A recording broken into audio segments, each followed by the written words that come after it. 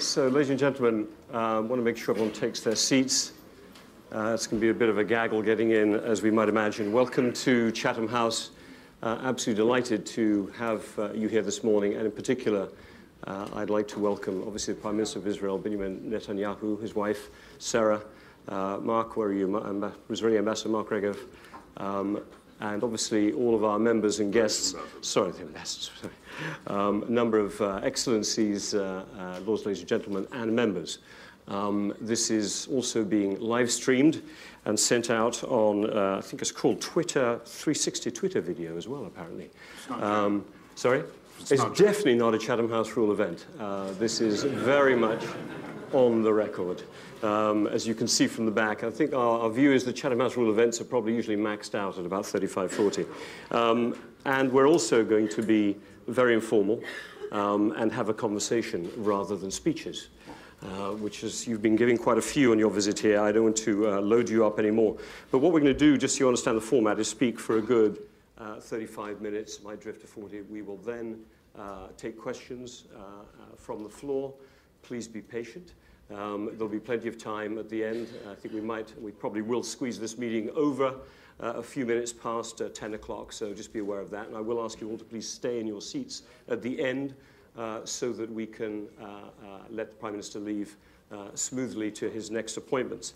And I was just saying a minute ago, I was looking through the record, Prime Minister, that we have been very fortunate to host a number of Israeli leaders before.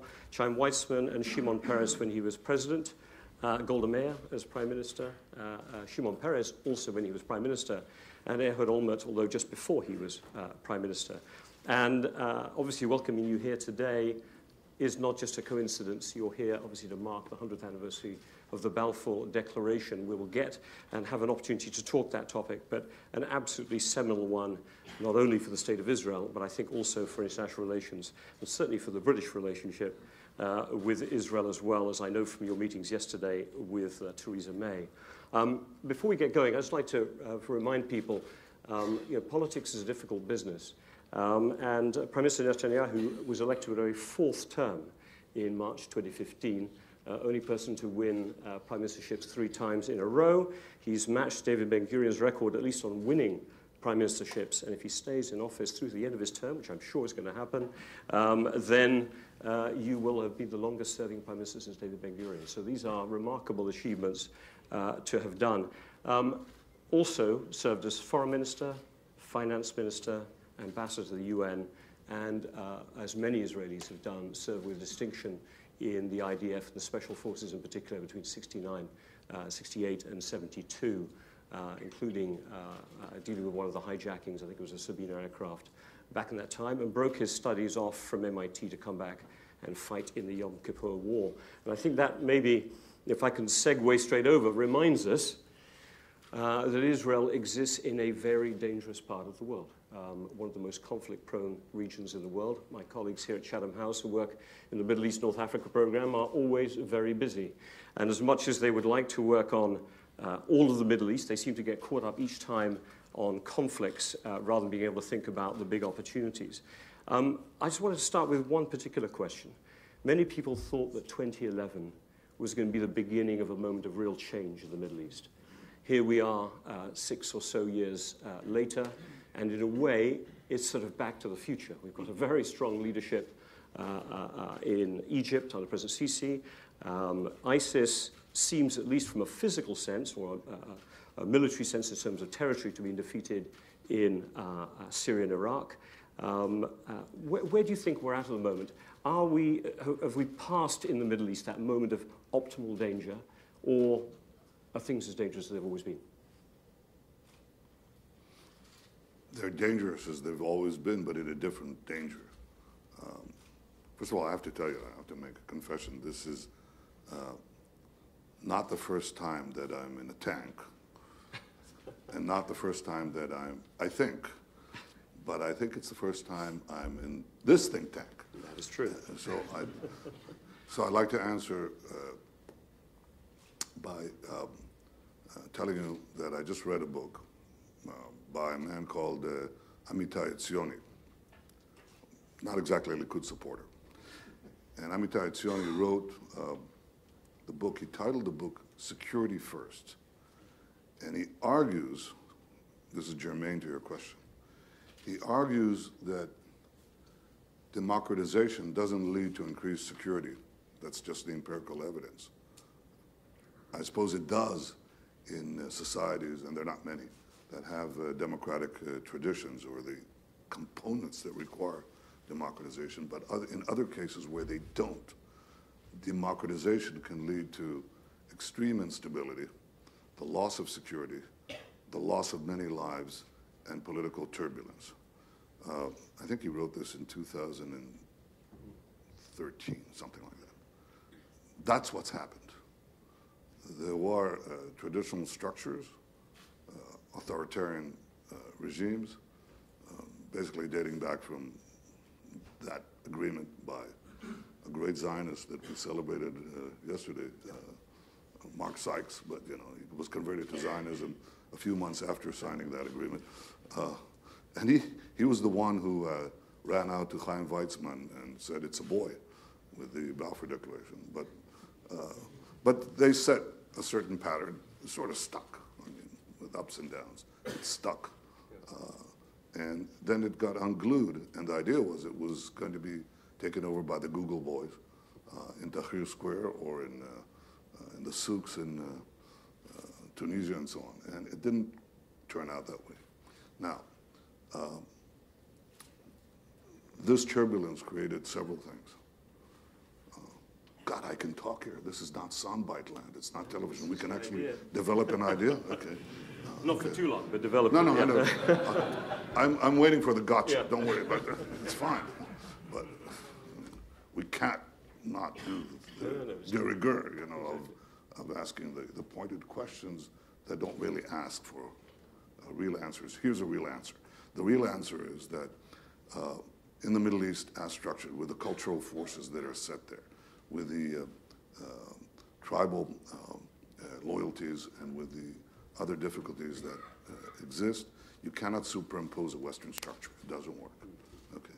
We have frayed it, and now there's a battle. It's an important battle, but not one that is easily achievable, between what I would call the modernists and the medievalists, early medievalists. The medievalists come from basically through the cracks of these ruined regimes are coming the various strains of militant Islam, which is the Shiite, extreme Shiites led by Iran, extreme Sunnis led by, initially by Al-Qaeda, now by Daesh. Daesh will be replaced by others. And they compete for dominance. Who will inherit this? Who will be king of the hill? They disagree among themselves who will be a king of the hill, but they agree it's an Islamist hill.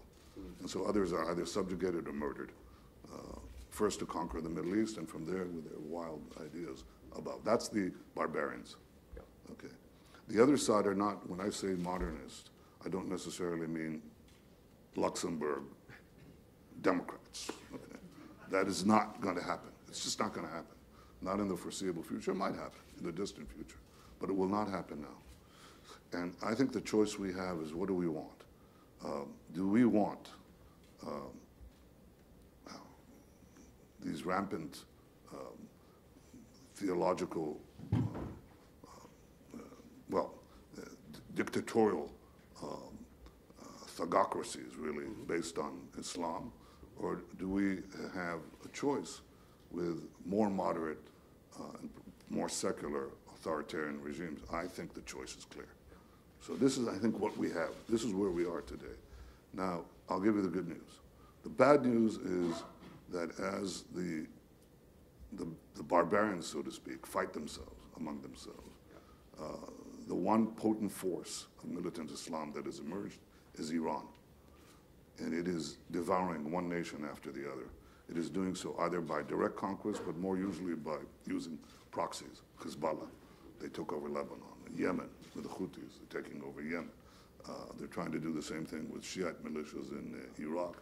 Same thing now in Syria. They want to import tens and tens of thousands of Shiites into Syria. So this is the bad news. The bad news is that in the battle between the medievalists and the modernists, the medievalists are moving forward specifically with Iran The good news is that the other guys are getting together with Israel as never before. And there is something I wouldn't have expected in my lifetime, but we're working very hard to establish, and that is an effective alliance between Israel and the moderate Sunni states to counter the aggression of Iran, to roll it back as far as possible. I think that actually has a great promise of peace. It won't substitute for us achieving a formal peace with the Palestinian Arabs. But it used to be said, if you make peace with the Palestinians, you'll make peace with the rest of the Arab world. It may equally be the other way around. I think you actually have to bootstrap both. But the upshot of this long answer to a short question is it's the collapse of of Sykes-Picot. It's the emergence of a battle between the Islamists and the modernists.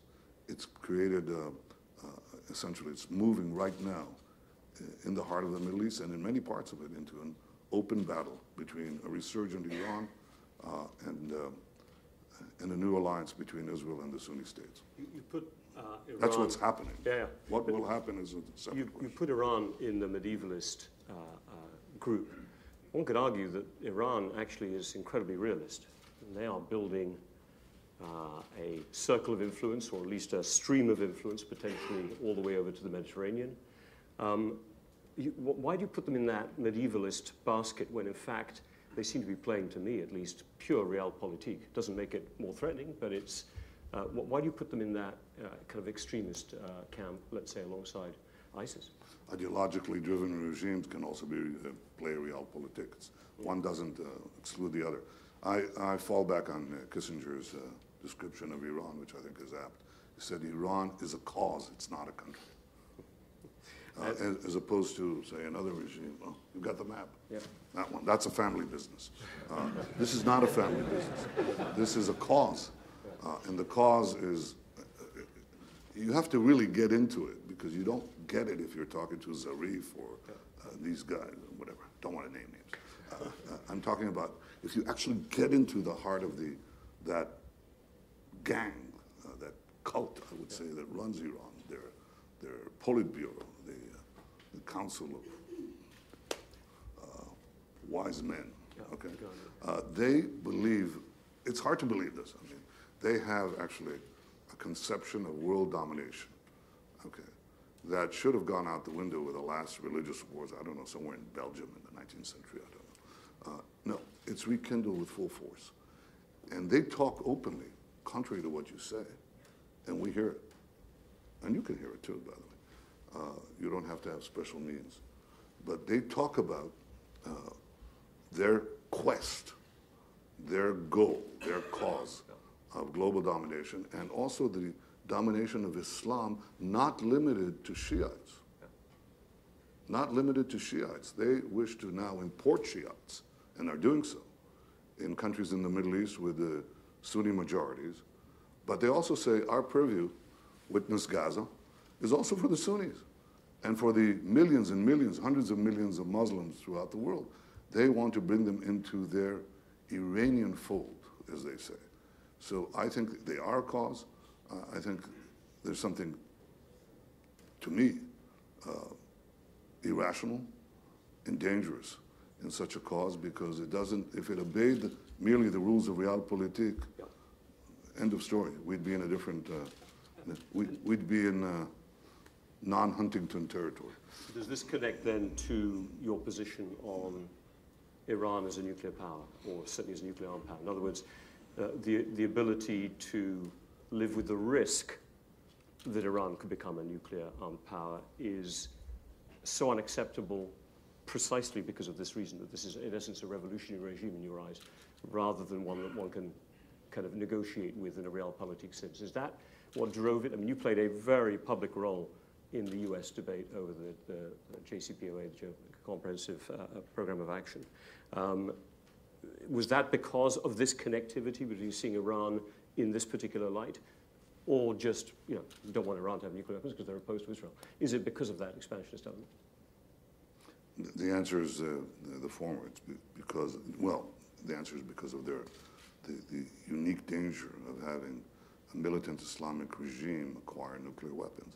It's very different from having Costa Rica achieve nuclear weapons. It's a huge difference. I think there is a great danger in the world from rogue regimes, as we call them, having nuclear weapons, but by far the greatest danger to the peace of the world is when a militant Islamic regime meets nuclear weapons, or conversely, nuclear weapons meet a militant Islamic regime. These are the two greatest dangers for our world. Now, there are others. I mean, there are big questions. The rise of Asia and the rise of the natural competition, the shifting economic and therefore political and military powers. But that's within, I would say, prescribed rules because of the nature of these regimes, not because they're democratic, but because they may be autocratic, but in certain calculation of cost and benefit that may evade, and often does evade, those with this cause that knows no bounds. So if one believes that, then the most important thing is to try and prevent that nuclear capacity from emerging. Don't you think the JCPOA is the best route at the moment to stop Iran from getting closer to a nuclear weapon, at least in a 12-year time frame? Would not then the logic have been, right, we need to absolutely stop that program from progressing the way it was? JCPOA has at least bought 12, 13 years to be able to experiment with other routes. Why were you so opposed to that agreement at that time to go out the way that you did to try and block it? Because I think that the main problem is not everybody focuses on, well, we'll buy a few years. But Iran also buys the few years, and what they get is the ability to essentially go on a highway when the agreement's constraints are removed, to have unlimited nuclear enrichment of uranium. And this means... But they're signatories to IAEA safeguards, etc. They've claimed they do not want to become nuclear power. They would, well, you know, so they're at least in a position to be able to not necessarily take that route in 12 years' time. You have to assume they want to at that point. No, I'm assuming things based on empirical fact. There were 4 regimes that had signed the NPT, which supposedly says they won't develop nuclear weapons. One of them was Iraq's Saddam Hussein, didn't go very well. The other one was Syria, under Assad, didn't go very well. The other was Iran itself, which lied and was caught by all of us, by the way, caught breaking and trying these underground bunkers and so on, that were meant only for nuclear weapons. And the fourth was Libya, Gaddafi. Well, you know what happened to him. So, but he lied. They all lied. So signing the NPT, including Iran's signature on the NPT, doesn't account for anything, as these examples prove. But if they broke it, then you'd have the opportunity to bring sanctions in again afterwards. I'm just trying to work out, you know, what was the option? Yeah, well, we broke a cardinal rule of mine, is I never talk policy. I'm actually a derailed policy wonk turned politician. And normally I would have here a blackboard or a whiteboard, whatever. And then I would show you how it is that you make nuclear bombs, okay? The most important component of making nuclear weapons, there are 3 components. It's very important to take a minute to understand this so you understand our concerns with the agreement and how we can fix it. I didn't say necessarily nix it. I said fix it or nix it, and why I think it's in the interest of Israel, of Britain, of the United States, of Russia, Germany, France, I think even China. To have an effective nuclear weapon, you need 3 things. You need a gun to fire it, okay? That's, say, a ballistic missile, which is something Iran uses. Then you need a bullet canister, like a bullet. That's called the weapon. And the third thing that you need, and actually that's the hardest thing to make, is the gunpowder. That's called the enriched uranium. It could be plutonium, but typically here we're talking about enriched uranium. Okay. To produce uranium, enriched uranium, is very, very hard. It requires these big facilities with thousands and thousands of centrifuges that are aligned and so on. These are essentially industrial plants. Iran has not been able, because of the pressures that we applied, and I had something to do with it, by moving forward, sanctions that then became crippling sanctions, and also the threat of military action. These combined pressures prevented Iran from developing that industrial capacity to produce tens or hundreds of fissile cores, fuel, or gunpowder, if you will, for many, many bullets. And without that, they will not have a nuclear program. What the JCPOA does is basically says within X years of time, not much is left, and tempus fugit, it goes quickly. You will have unlimited capacity to enrich uranium, and then the breakout time, the time it takes you to take that powder, put it in this canister and a bullet, while you're simultaneously developing ballistic missiles, which they are, contrary to UN Security Council resolution. You have the whole program, not for a single bomb, but for 100 bombs. They could break away in weeks to multiple bombs, many, many multiples of bombs. Now, you say, okay, well, they're not doing it now. I've always said that the greater danger in the JCPOA is not that Iran will violate the agreement, but that Iran will keep the agreement. Why should they? They'll get to this highway of enrichment, mass enrichment, by doing nothing. So that's been my concern. I said, okay, we cannot afford to have it. You cannot afford to have it. Why? Well, we had an agreement, 1994, that was supposed to stop North Korea from producing nuclear weapons. It was universally celebrated. It was clear that this would bring North community, or a good chance of bringing the community of nations. They wouldn't develop nuclear weapons. Their neighbors, like Korea and Japan, South Korea and Japan, would be safe. It didn't turn out that way. That was a bad agreement. Okay. This, unfortunately, is a bad agreement. So how would you fix it? You said fix it. You can fix it in the following ways. First, you can definitely address one of the three components of the bomb system that I described by taking away the gun, which means apply massive sanctions on the ballistic missiles. It's not covered in the agreement. You shouldn't, you're not holding yourself back.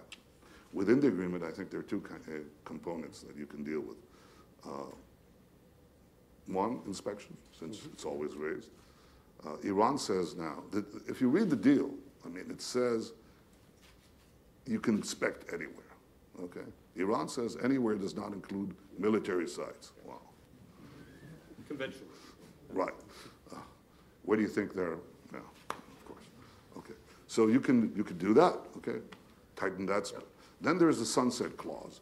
There are ways, again, of interpretation of putting red lines on their breakout, things like their breakout capacity and other things that could be done, which do not require a change in the agreement. It requires an agreement at least by some of the P5+1. So you could do that. And if you do all that, I think you're going to make it very difficult for Iran to continue unfettered, which they're doing right now, towards an arsenal of nuclear weapons.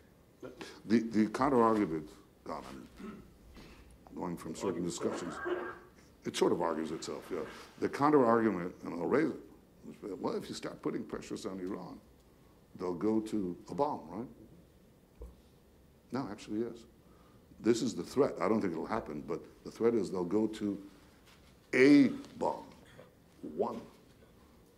You remember I drew that line in the UN, yes. The red line? It was for a bomb, one bomb. 300 kilos roughly of uranium enriched above 20%, okay? Yeah. It gets nonlinear after 20%. So they haven't done that. Yeah. So today, if they were to do it, that's as far as they could go, and I have reason to believe they won't go there. But that's the risk you take. That's a risk, fine, and there are ways to mitigate that risk. But if you don't do it, and you just leave this agreement, okay? Yeah. And all those constraints are lifted, not by a change of Iran's behavior, but a change in the calendar, then you're guaranteed within about a decade, could be less, to have Iran walk, into the enrichment that enables this very fast conversion to a nuclear arsenal with a, how should I say this, a kosher seal of international approval. Not a good idea. So that's certainty as opposed to what I think is a manageable risk. Well, So it would require other countries to back in on this as well, not just the United Kingdom. You said the P5. Let me just bring Russia up quickly, and then I'll turn a little bit more closer to home. But on Russia, here's a country you've invested a fair amount of diplomatic effort into. I think I read the papers today. They've just signed a 30 billion energy deal. President Putin's visiting Tehran currently. So what makes you think that the Russians, for example, pick one country, would get in behind this kind of an approach such that a deal like this could be changed? Russia is playing a very clever role, it strikes me right now, across the Middle East, playing each side, as it often does, not necessarily looking for a big solution, but looking for tactical advantage for Russia in particular. What makes you think that a country like Russia, I think you know President Putin reasonably well, would circle in behind this kind of an idea? The fact that Russia has economic interest with Iran doesn't mean that it doesn't have an interest to prevent Iran from having nuclear weapons. I don't think it makes sense for Iran to have this empire. Iran wants to have now an empire. Can I use this? You can use that. Exactly. There's not many borders on that one. I can't write on it, right? Okay. So here's Iran. Iran wants this land bridge right to the sea from Tartus, from Tehran really to Tartus in the Mediterranean. That's what they want, a land bridge.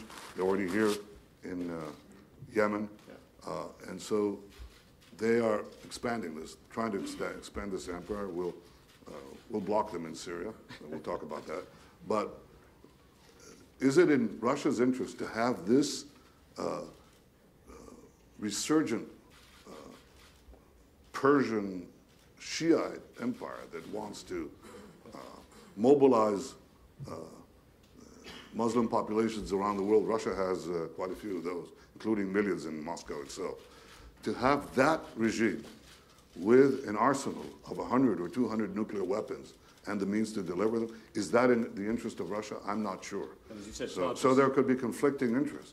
And I think we should talk, and I do talk to Mr. Putin about that. And I think there's also tension right now between Russia and Iran.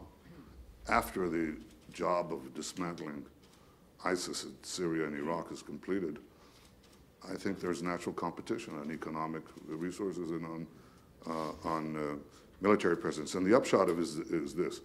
You may or may not be able to secure for the position that I say that is not, I don't particularly care about the agreement, whether it stays or not. It's preventing Iran from acquiring nuclear weapons and the means to deliver them. That is what I look at. If you can do it within the agreement by tightening the bolts, fine. If you have to do it without the agreement, fine too. Yep. But I think we must do it, because if not, within a few short years, we'll have not a North Korean situation, but something infinitely more dangerous, a global cause of domination, of an irrational ideology, armed with an arsenal of nuclear weapons by a country that has the GDP, 30 times the GDP of North Korea. Yep. Not good for the peace of the world. Okay, point made. And let me, all sorts of connections one could draw with North Korea, but we've got limited time and I want to come out to the guests here in 5-10 minutes. Let me just turn around as you're here on the Balfour Declaration centenary. Let me just cut straight to the chase. Do you think that Israel has a responsibility as well for meeting the full declaration in its full entirety? In other words, including making sure that Palestinians have a future within Palestine, which the Balfour Declaration referred to. Talked about the creation of an Israeli state or a Jewish state in Palestine. So part of the context for Israel's ability to be able to get allies behind it is a sense that this internal conflict is also in a stage of resolution. To what extent do you think Israel has a responsibility itself for helping Palestinians achieve progress within the territories and having a two-state solution? Not what's the responsibility of the Palestinians. To what extent do you think Israel, also as a beneficiary of this declaration, sees part of that future as its responsibility? Well, of course, it's our responsibility and our desire, because we live there.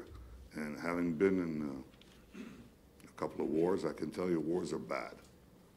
They're very tragic. And you lose friends, and you lose loved ones. And peace is better than war. non-war is better than war. But a war and peace is better than a cold one. So is it achievable? Is it desirable? Yes. How do you achieve it? You need, well, we always say you need 2 to tango in the Middle East. I think you need 3 or 4 to get it going. But of course you need it. You can't do it unilaterally. You can have a non-war unilaterally because we can exert the power of deterrence. But to have peace or a warmer peace beyond non-belligerence requires mutual efforts. Now, the Balfour Declaration. And by the way, I think there's promise because of what I told you about the reaction to Iran. Everything I say about Iran, you will hear either whispered or spoken softly, but in the same vehemence in most of the capitals of the Middle East, virtually all of them. They always say, you tell them. So I did. I just did. I did this in the Congress. But they always tell me, you tell them, you tell them. I said, well, what did you tell them to? But we tell you, okay. And you know, when Arabs and Israelis are saying the same thing, it's worth paying attention to it because it didn't happen that often in the last 100 years. But it's happening now with greater force. And I think there's a lot of hope in that. Vis-a-vis the Palestinians, there's been movement in the Arab world, not only in the capitals. You might want to do this. It's an interesting study. It'll save us some money. You might want to scour the internet. And admittedly, you're only looking at the internet in the Arab world. And look at the attitudes towards Israel. And I think you'll find something interesting happening. That as you move towards the Persian Gulf, what is it called, the Arab Gulf, you'll find that attitudes to Israel are mellowing considerably. They're still very hardened, you know, in the Palestinians, in our immediate vicinity, but they sort of mellow out because one thing is to have the regimes understand that Israel is not their enemy, but their indispensable ally in the battle against Iran and militant Islam, and they understand that. But it's another to have that begin to percolate to the societies. Well, what about the Palestinians? Okay, why don't we have peace? I mean, it's a good question. Palestinians say, well, because you issued the Balfour Declaration and you took our land away from us. Now we'll get into a long historical debate on who was there first and who kicked out whom, okay? That's an interesting question. But I will say that our attachment to this land only goes back 3,800 years to the time of Abraham. Not 4,000, 3,800 years. It's been continuous and important. But the argument, of course, is that we came in the 19th century and drove out the Palestinians from a thriving, verdant Palestine. Okay, that's the narrative, and people actually believe it. Okay, I don't say that there weren't Palestinians there. I'm saying that there weren't many, and it wasn't a national ethos. It's a fact. Yasser Arafat says that the Zionist invasion began in 1881, but Mark Twain visited Palestine in 1869, wrote his most successful book in his lifetime, Innocents Abroad, and described Palestine. He said, empty, sits in sackcloth and ashes. We passed through the Galilee for a whole day. We didn't see a single human being. So, and the same thing was said by a few years later, before the purported invasion, by Arthur Penryn Stanley. Do you know who Arthur Penryn Stanley is? You don't? God, how soon they forget. He's buried right next to Queen Elizabeth in Westminster Abbey. He was that important. He was the great English cartographer of the 19th century. So great that he deserved this point of honor, you know. You go there and say, remember Churchill? Right? Well, they remember Arthur. They don't remember Arthur Penryn Stanley. He describes, he says, I stand in Judea. This is maybe 2 years before 1 year before the purported invasion. He says, I stand in Judea, mind you, and I look north and I look south, and I, almost echoing Mark Twain, I don't see a single human being. So where is that verdant hell? In fact, what happened is this. There were Arabs there. The Zionists returned that preceded the Balfour Declaration by about 30, 40 years, began there. Jerusalem had a Jewish majority by 1850, but the Jews came back, including my great-grandfather in the late 19th century. The only Jew who came from North America to Palestine. He was a Litvak, but they called him the Amerikaner. I wonder what his accent was like. Okay, but Jews came and began to build farms. They began to build hospitals. They began to do orchards, industrial sites. And a lot of Arabs were added to the population. They came from Egypt. They called themselves Masri. Masri is Egyptian. Khalabi, from Khalid, and so on. And they became to be known as what are called now Palestinians. I don't want them thrown out, okay? But there was a question, what to do?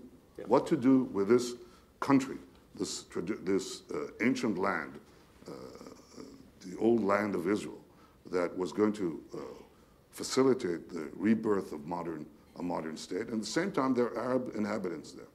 Balfour's suggestion was interesting. Balfour said, okay, you can have a home, which looks like a prelude to a state, but you have to take care of the civic and religious rights of the local inhabitants, meaning what we call not prejudice rather than take care of it. The implication wasn't that it was all, therefore, it was to be shared. Yeah? And so I'm not even arguing that. I'm just saying. But let me just, because we spent a lot of time in history, I'm worried on time. This really gets now. Okay. This is where you start to lance the boil, and you're stopping me. No, well, go on, lance, but you have to lance it very quickly. Boils are lanced with one prick. Oh, my God. Actually not. Well then, okay. Let's not go into boils and medical. I had a boil when I entered the army. This is serious. This is a worthy aside. I mean, if I have the time, you should have it. I joined the army in 1967, right after the Six-Day War. Yeah. My brother had already been released. He was wounded in the Golan Heights a few hours before the end of the war. He went to Harvard, and he wrote me letters from Harvard telling me what I should do. And the most important advice he gave me is how to lance a boil. Contrary to what you said, he said, you're going to have, because we walked a lot, he said, what you do in the evening is you take a needle and a thread. You put the needle, you thread, you puncture the boil and leave the thread, and it'll take all night, but in the morning, the boil will be lanced. I'm not going to stay here until next morning, but if we can come back to this, I'll lance this That's boil. a metaphor. Okay, my key last point I want to make here, though, is you talked about this empty-ish land. You now have 4.5 million Palestinians in the Palestinian territories, including Gaza. You have 1.8, 1.9 million Arab citizens in Israel. None of them, either the Arab citizens living in Israel or those living in Palestinian territories, have the same rights as Israeli citizens. Now, you know, whether it's those in Israel who numerous reports have pointed out will find certain elements in social rights, economic rights more difficult to be able to access, and certainly those on the other side don't. So this is a very full land now, yeah? Full land with almost equal parity in terms of population. So the status quo strikes me as unsustainable and potentially the most dangerous issue to the future of Israel, more so than Iran. Ultimately, a country goes from inside rather than outside. Don't make it easy for us. Yeah. It's not that easy. Iran is very dangerous. But you obviously raised an important point, not your assessment of the status of civic rights for non-Jews in Israel, because that's absurd. I mean, the only place, if I can speak openly, the only place in the Middle East, and in many areas beyond the Middle East where Arabs enjoy full civic rights is in Israel. I mean, we have a Supreme Court judge who's an Arab, with Arab Knesset members, Arabs in government, Druze in my government, minister, and so on. They have the freedom of speech, and they have other things. And of course, there are gaps. Of course, there are property recovery laws. On the contrary, I mean, there are gaps. Doesn't mean that if you have civic equality that you don't have gaps. And you do take. I mean, the only place where we take affirmative action for Arabs, because I believe it. But I'll tell you, my government, the government that took the greatest amount, invested the greatest amount in reducing those gaps, investing in Arab communities, was a previous government. It invested 1 billion shekels. That was my government. But it's been superseded by my present government because we just announced a multi-year plan for 15 billion shekels. So I believe in this. But the one thing we've learned in the United Kingdom and other places is actually money doesn't always help. Well, and it's a help, but in the end, a sense of nationhood, the emotional connection to belonging to a nation is remarkably powerful, as you know. Correct, but I want to answer your question. Okay. And I think it's a good one. I think that I want to see the Arabs of Israel enter Israeli society, enter it in the professions, in high tech. They're already in politics and in government. Enter it in academia, enter it in this remarkable success story that the Israeli tiger is really leaping forward. They should be on it, part of it. So I want to see that. And naturally, this larger battle between modernists and medievalists, where we are and where we want all our citizens to be. No question about that. And that does require investment.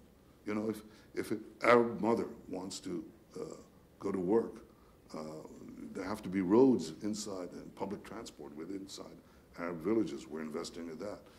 If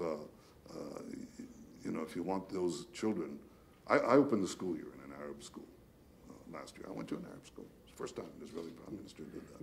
And there was a beautiful little girl there, and she said, I said, what do you want to be? She said, I want to be a doctor. And I said, good, do it. There are many doctors, and women Arab doctors in Israel. I said, do it. I have two requests. I have one thing that I want you to do. I want you to study Hebrew.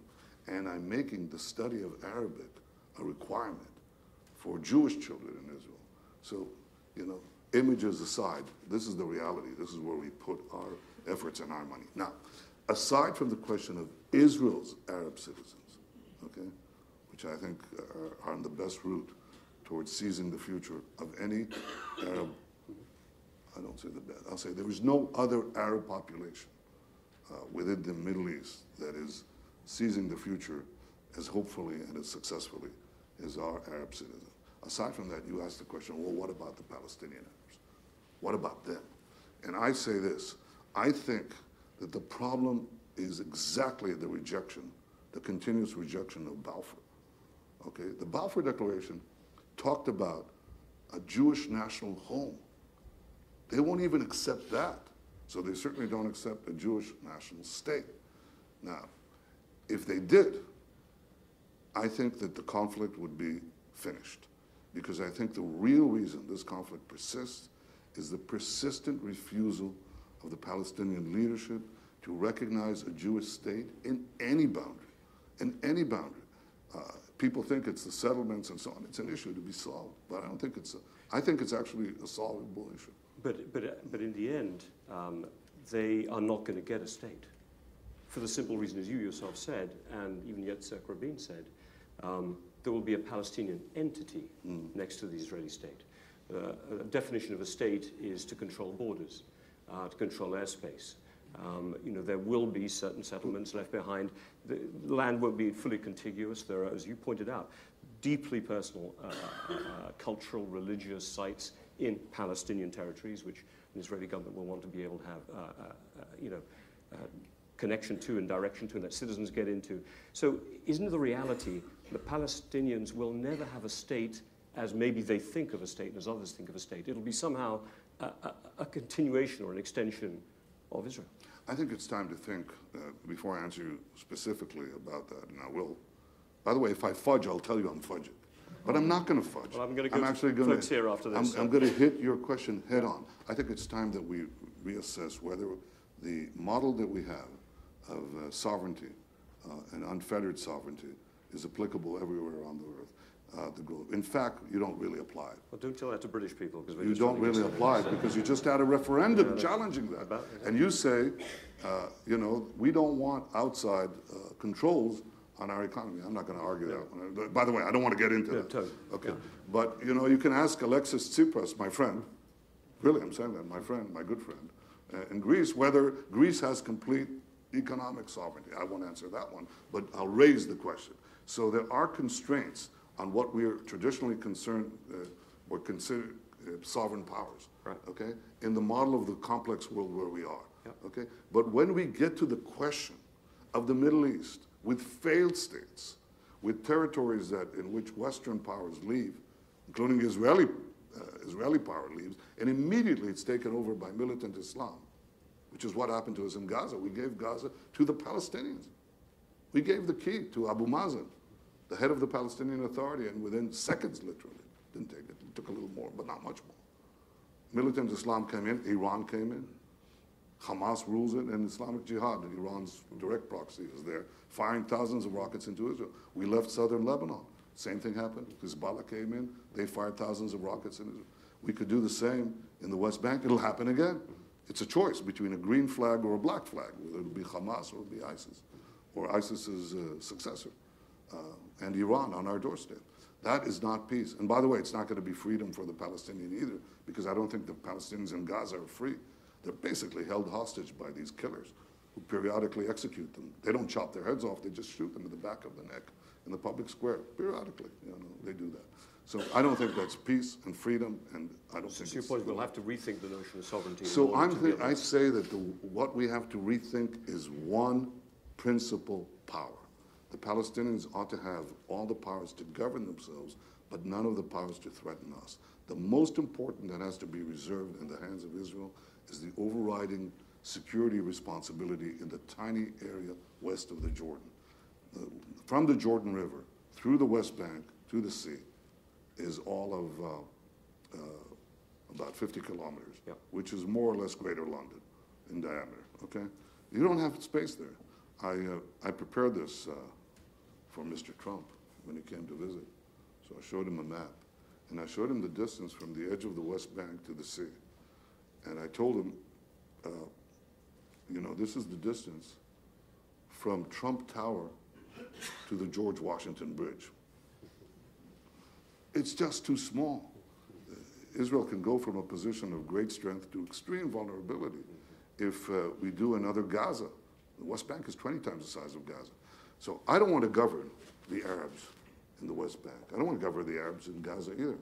But I want to make sure that that territory is not used against Israel.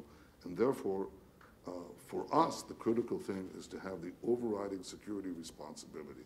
When we talk about demilitarizing the West Bank, it'll be demilitarized by us. We don't threaten the Palestinians with annihilation, but unfortunately there are groups who are doing exactly that to us. Let me get people in. Right, well, I'm going to take a few questions, okay? I'll take them together, I'll keep a list, and I'll do my best, all right? We'll start with the lady right at the back. We'll take the